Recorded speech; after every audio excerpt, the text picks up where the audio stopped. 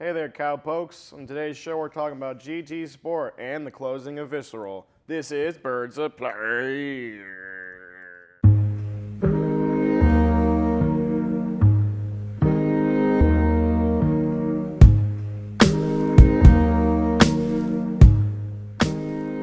Hello, everyone, and welcome to Birds of Play, episode 54. 3. We got some hot Tommies for your mommies. I'm John C. Tyler McCrone. That's the title of the episode, joined by. I was Logan Anstead.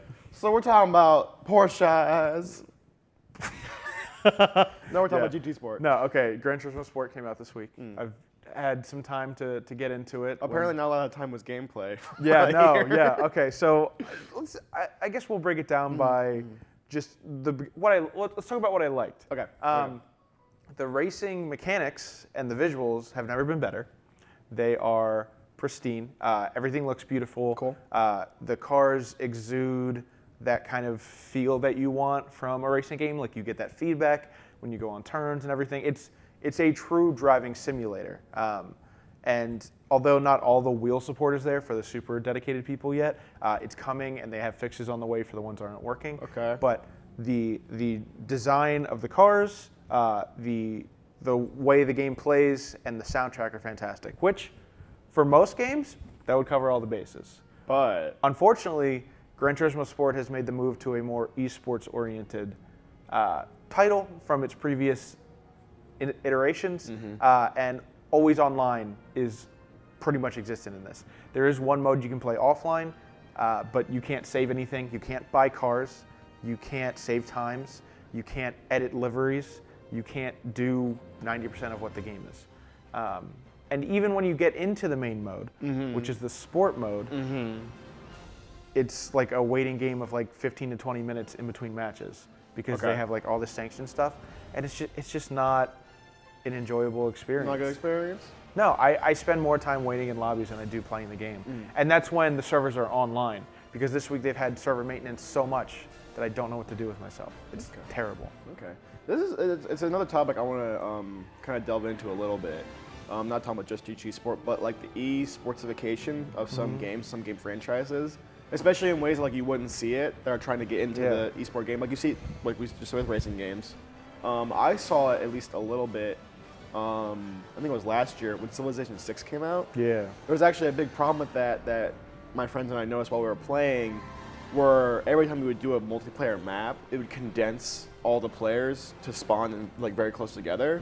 And in trying to figure out why that happened, I saw some interviews where they said the reason they did that was to make esports easier for Civ because the games would be a lot quicker and conflict would happen a lot quicker. Yeah. And it's like that doesn't make a good game, like especially for that. It doesn't make a good I experience. mean, we talked about it at E3 this year when we saw Microsoft press conference and they came Right. out with that game that had like that fake esports broadcasting. shoutcasting, and whatever the like hell that was. that is the most cringy thing you can possibly do. Right. The worst thing you can do to a game is force the esports initiative on Right. it. Now the thing is, what I mentioned in the review on my personal site, thepolyglot.net.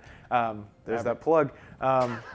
I gave it a 6 out of 10, but I said that the esports aspect was an admirable try, right? Right. Like I understand why they went always online because they're partnered with the FIA, which is a real life motor racing organization, and winners of the championships that are in GTA are going to go into real races. Right. Like there are legitimate like formula drivers and racers now that started out playing like GT1 and GT2 Right. and are actual drivers. There's a GameSpot video that has Funhouse and some GameSpot staff, and it's hosted by a guy who started out on GT2 and became an actual racer for Nissan.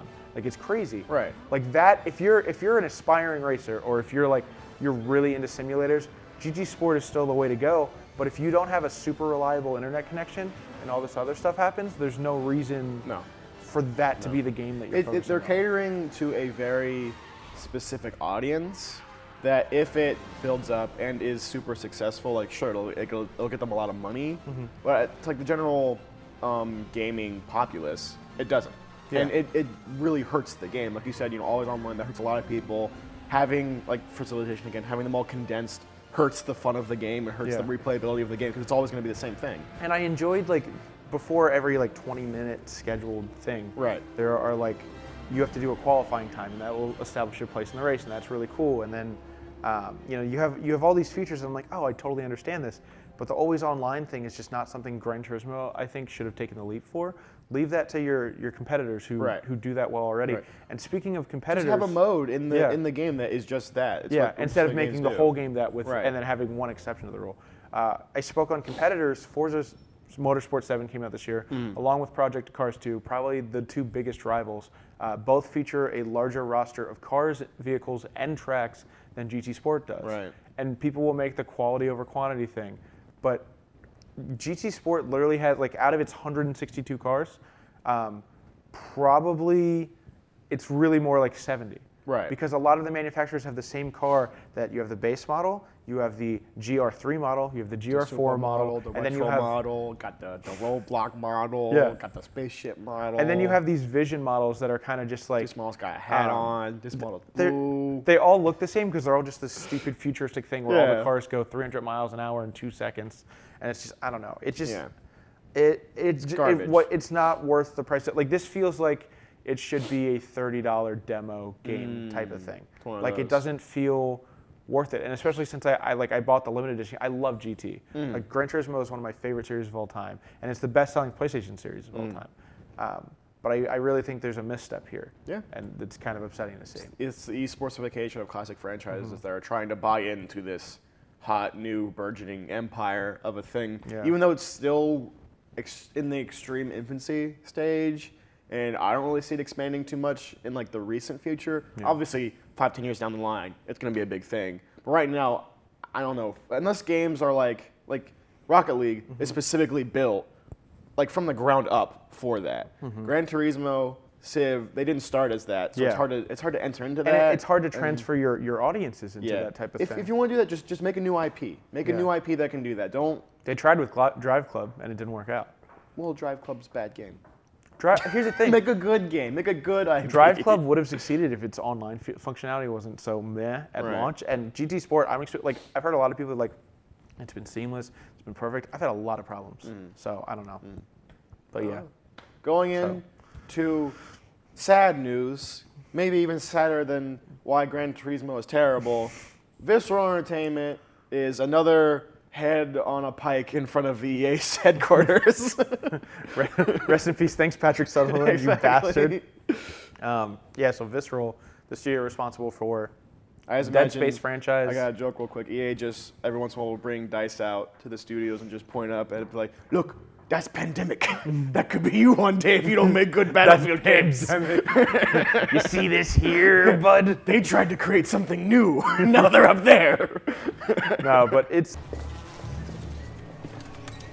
No, please, no! This one's your father. This one here.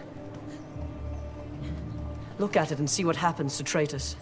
You promised to be merciful. I was. I gave him a clean death. There's a broader discussion to be had about what happened with Visceral. A little bit of backstory. Dead Space was developed by Visceral. Right.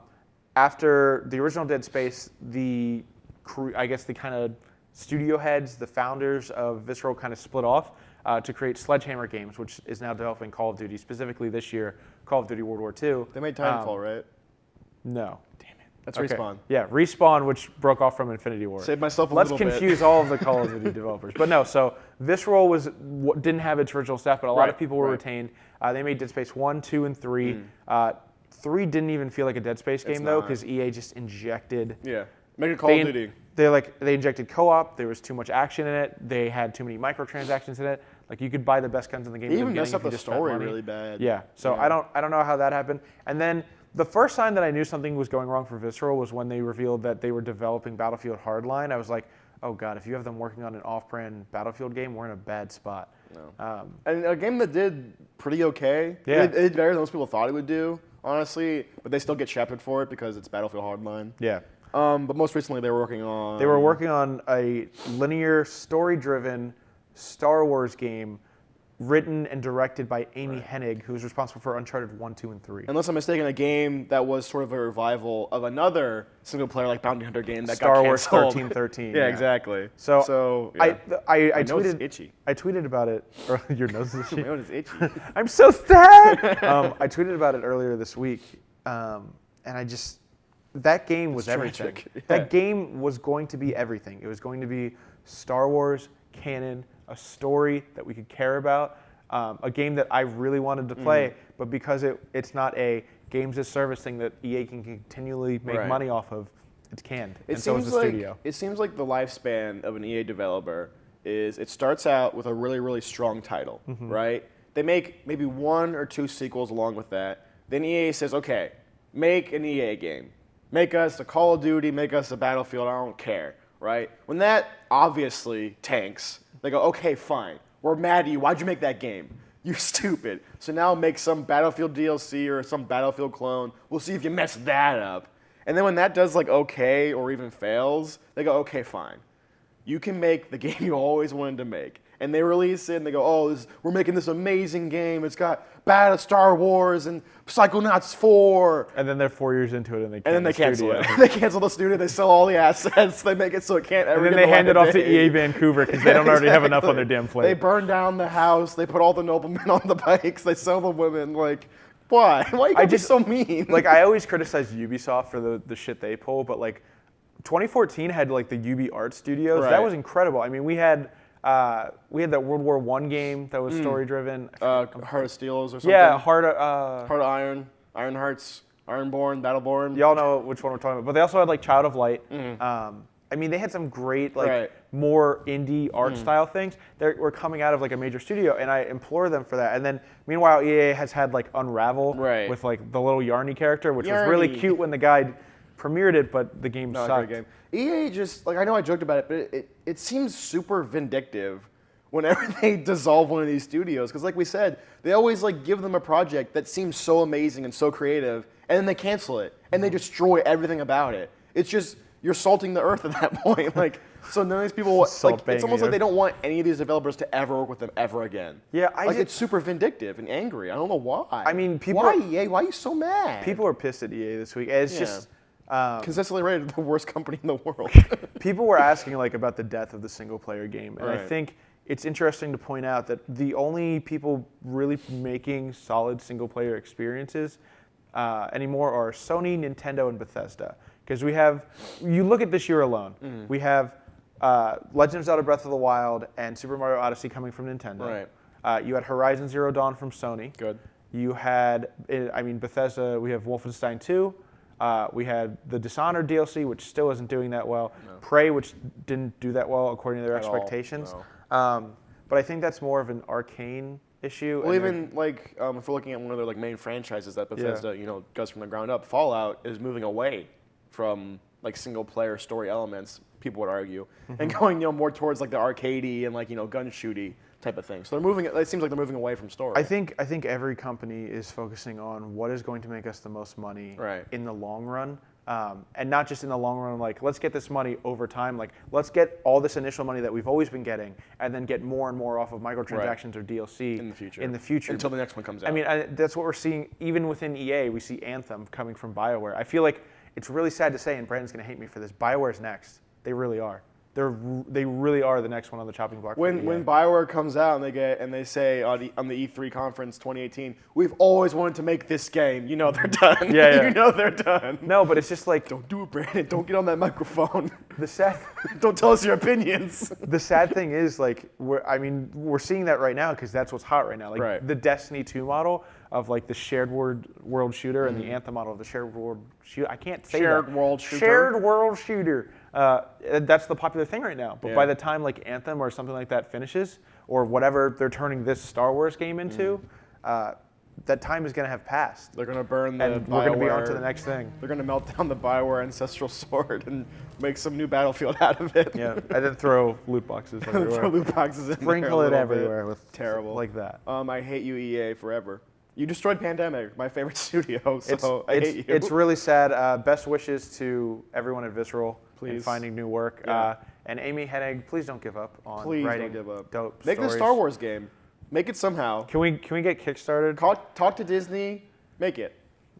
Make it. We just changed all of the characters slightly. Did you see what? I mean, none of them are like staple Star Wars characters anyway. Yeah. For the 1313. What is the publisher that was crazy at E3 and published Hotline Miami? Devolver Digital. Devolver Digital. Yeah. They messaged them and they're like, hey, if any of the old Visceral people want to jump on and make a Spaceballs game, just let us know. And I was like, that's perfect. 100%. I totally want to do that. But I think it's a good ending point. I think it's good. Yeah. This has been Birds of Play, episode 53. What studio do you think EA is going to invade and kill Don't next? ask that question.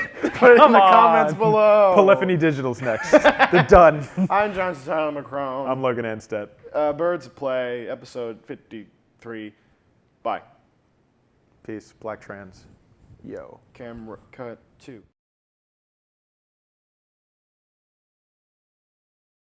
We have to rally the banners, Brandon. King of the North. Fire away. Anthem will die. Everywhere. No, I can totally see it. No, they're next. No, fly in the wall of like a boardroom. After they canceled Visceral, I bet all the A people were just like, yeah, we did it. We got them. They're all dead. I bet they burned a thing too. Like they burned a flag.